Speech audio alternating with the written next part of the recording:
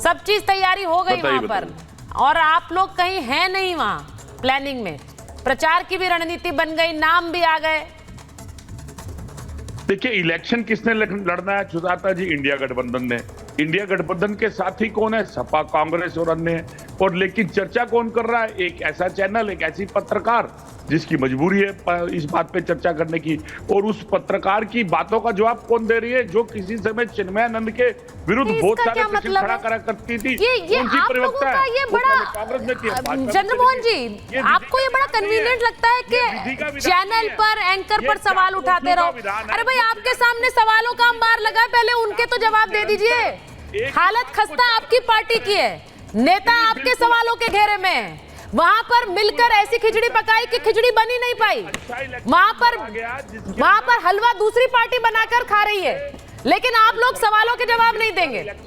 आपको सवाल एंकर पे उठाना है और चैनल पर उठाना है। क्यों भाई? हमें एंकर पे सवाल क्यों भाई? मैं एंकर पे सवाल उठा ही नहीं रहा। अगर हिम्मत है तो अखिलेश जी से सवाल करिए कि आपको सीटें क्यों नहीं दे रहे, ठेंगा क्यों दिखा रहे हैं। और हिम्मत है तो उमर अब्दुल्ला को बोलिए कि आप हमें ठेंगा क्यों दिखा रहे हैं। भाई, हम तो गठबंधन में थे, ये नहीं कर पाएंगे आप। आपके प्रश्न का जवाब अभी सपा प्रवक्ता ने दिया और आपने वो मेरे सवाल का जवाब दे रहे हैं, आप नहीं दे रहे हैं, इसीलिए आपसे पूछ रही हूँ। आपकी मजबूरी है क्योंकि नहीं, मेरी कोई मजबूरी नहीं है। और ये मजबूरी वाला टैग लेकर यहाँ मत आया करिए। सवालों के जवाब दीजिए। ये बिलो द बेल्ट वाली चीजें मुझे बिल्कुल पसंद नहीं है। सवालों के जवाब दीजिए, मुझे वही अच्छा लगता है। नहीं दे सकते तो वो भी बोलिए कि नहीं है जवाब, क्योंकि ये सब बातें जो करते हैं आप आकर, ये बहुत खराब लगती हैं और आपके स्टैचर को सूट नहीं करती हैं। मैं कह रहा हूं, स्टैचर को सूट नहीं करती है। अपनी गरिमा खुद बनाइए आप, हम नहीं तय कर सकते आपके लिए। राधिका जी आपके पास आ रही है। सवालों के जवाब दे दिए इन्होंने, बहुत है इनके पास जवाब। जी राधिका जी। सुचेता जी, मैं बोलूं? जी बोलें, बोले प्लीज। जी देखिए, यहाँ पे ये चर्चा हो रही है और समाजवादी पार्टी के प्रवक्ता भी कह रहे थे कि अखिलेश यादव जी ने कहा है, आप भी बता रही थी कि गठबंधन इंटैक्ट है, लेकिन आज ही उस गठबंधन इंटैक्ट है कि बातचीत कांग्रेस के साथ मिलकर लड़ेंगे। एक वीडियो, एक बयान आया है सामने national chairman of OBC Congress का, अजय यादव जी, जो मेरे ख्याल से अखिलेश यादव जी के रिश्तेदार भी हैं। लालू प्रसाद यादव जी की बेटी की शादी इनके बेटे से हुई है, बहुत बड़े यादव नेता है। और उन्होंने कहा कि कांग्रेस पार्टी हमें सम्मान नहीं देती, यादवों को सम्मान नहीं देती। क्या आज भी इस बयान के बाद भी जो अखिलेश यादव जी के रिश्तेदार ने दिया, जो बहुत बड़े यादव नेता है हरियाणा के, कि कांग्रेस में मैं ओबीसी का चेयरमैन हूं राष्ट्रीय, फिर भी यादवों को सम्मान नहीं मिलता है, फिर भी क्या अखिलेश यादव की पार्टी और समाजवादी पार्टी ऐसे में कांग्रेस का बोझ लेकर चलेगी? और अगर लेकर चलेगी तो बहुत अच्छी बात है, क्योंकि जो यादवों को सम्मान नहीं देते, और आपका सारा वोट बैंक कौन है, उन्हीं को सम्मान नहीं देते, तो आप उनको लेकर चल रहे। तो ये ठग बंधन है ना, इसके प्रत्येक घर खुली जा रही है। लेकिन हमारा काम बोलता है, और इसी हरियाणा में हम तीसरी बार ऐसी प्रचंड बहुमत के साथ आए हैं जो किसी ने नहीं देखी, ना कभी ऐसा नतीजा देखा। इसीलिए उत्तर प्रदेश में, जैसा मैंने कहा, एक बार आपने गुमराह कर दिया, you can fool people once, you can not fool the people again and again. और वही हमें यहाँ पे देखने को मिलेगा। ठीक है, एक बार लोग आपकी बातों में आ गए कि संविधान खतरे में है, चुनाव खत्म हो गए, कौन सा खतरा था? अगर संविधान खतरे में होता तो आज भी खतरा होता, कहीं खतरा नहीं था। देश ने देख लिया कि खतरा सिर्फ समाजवादी गुंडों से है उत्तर प्रदेश में, और वो अब उसका जवाब देकर रहेंगे। देखिए, आपने जो बात कही है, मैं एक बार सुनील जी के पास जाऊं, उससे पहले शांतनु जी के पास जा रही हूँ। शांतनु जी, यूपी में हमने थोड़े दिन पहले देखा योगी आदित्यनाथ क्रिकेट खेल रहे थे। अब वो कहा जा रहा है कि वो वाली पिच, क्या चुनावी पिच पर भी वो पूरी तरह उसी तरह शॉट्स लगाने के लिए तैयार हैं क्या?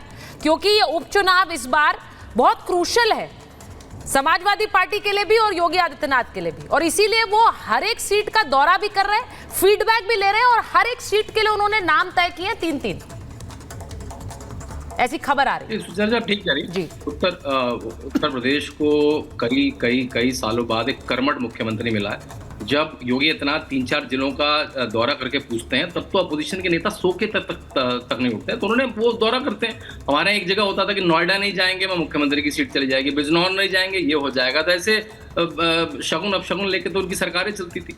अखिलेश यादव सारे नोएडा के जितने भी उद्घाटन होते थे वो बैठ के कंप्यूटर से लखनऊ से कर दिया करते थे। तो घूमने वाले, प्रदेश में रहने वाले, जिले जिले में जाने वाले, सीट पे जाने वाले मुख्यमंत्री हैं। अब उन्होंने पॉलिटिकल कमान भी ले ली, क्योंकि अब स्टेट पे उनका अच्छा कंट्रोल है, पॉलिटिकल कमान ले ली है। और मेरे ख्याल से काफी भाजपा के पक्ष में ये चौंकाने वाले नतीजे आएंगे। 10 सीटों में से ज्यादा मेरा अनुमान है 4 सीट केवल भाजपा के पास थी और 6 सीटें समाजवादी पार्टी उनके सहयोगी के साथ थी। अब देखने वाली बात होगी कि इसका किस तरह से नतीजा आता है। अखिलेश यादव जो रण छोड़ के दिल्ली चलेंगे, ये सोचने वाली बात है कि वो दिल्ली में क्या कर रहे हैं। और अभी उनका जन्मदिन था 1 जुलाई को, मैं पोस्टर आए बहुत सारे कई जिलों से मेरे पास, में लिखा था भावी प्रधानमंत्री अखिलेश यादव को बधाई। मतलब वो तो राहुल गांधी को चैलेंज दे रहे हैं कि भावी प्रधानमंत्री भाई एनडीए गठबंधन के तुम नहीं हो, मैं हूं। तो जिस भी मैं उसमें जाता हूं चैलेंज तो अभी सब दे रहे हैं शांतनु जी।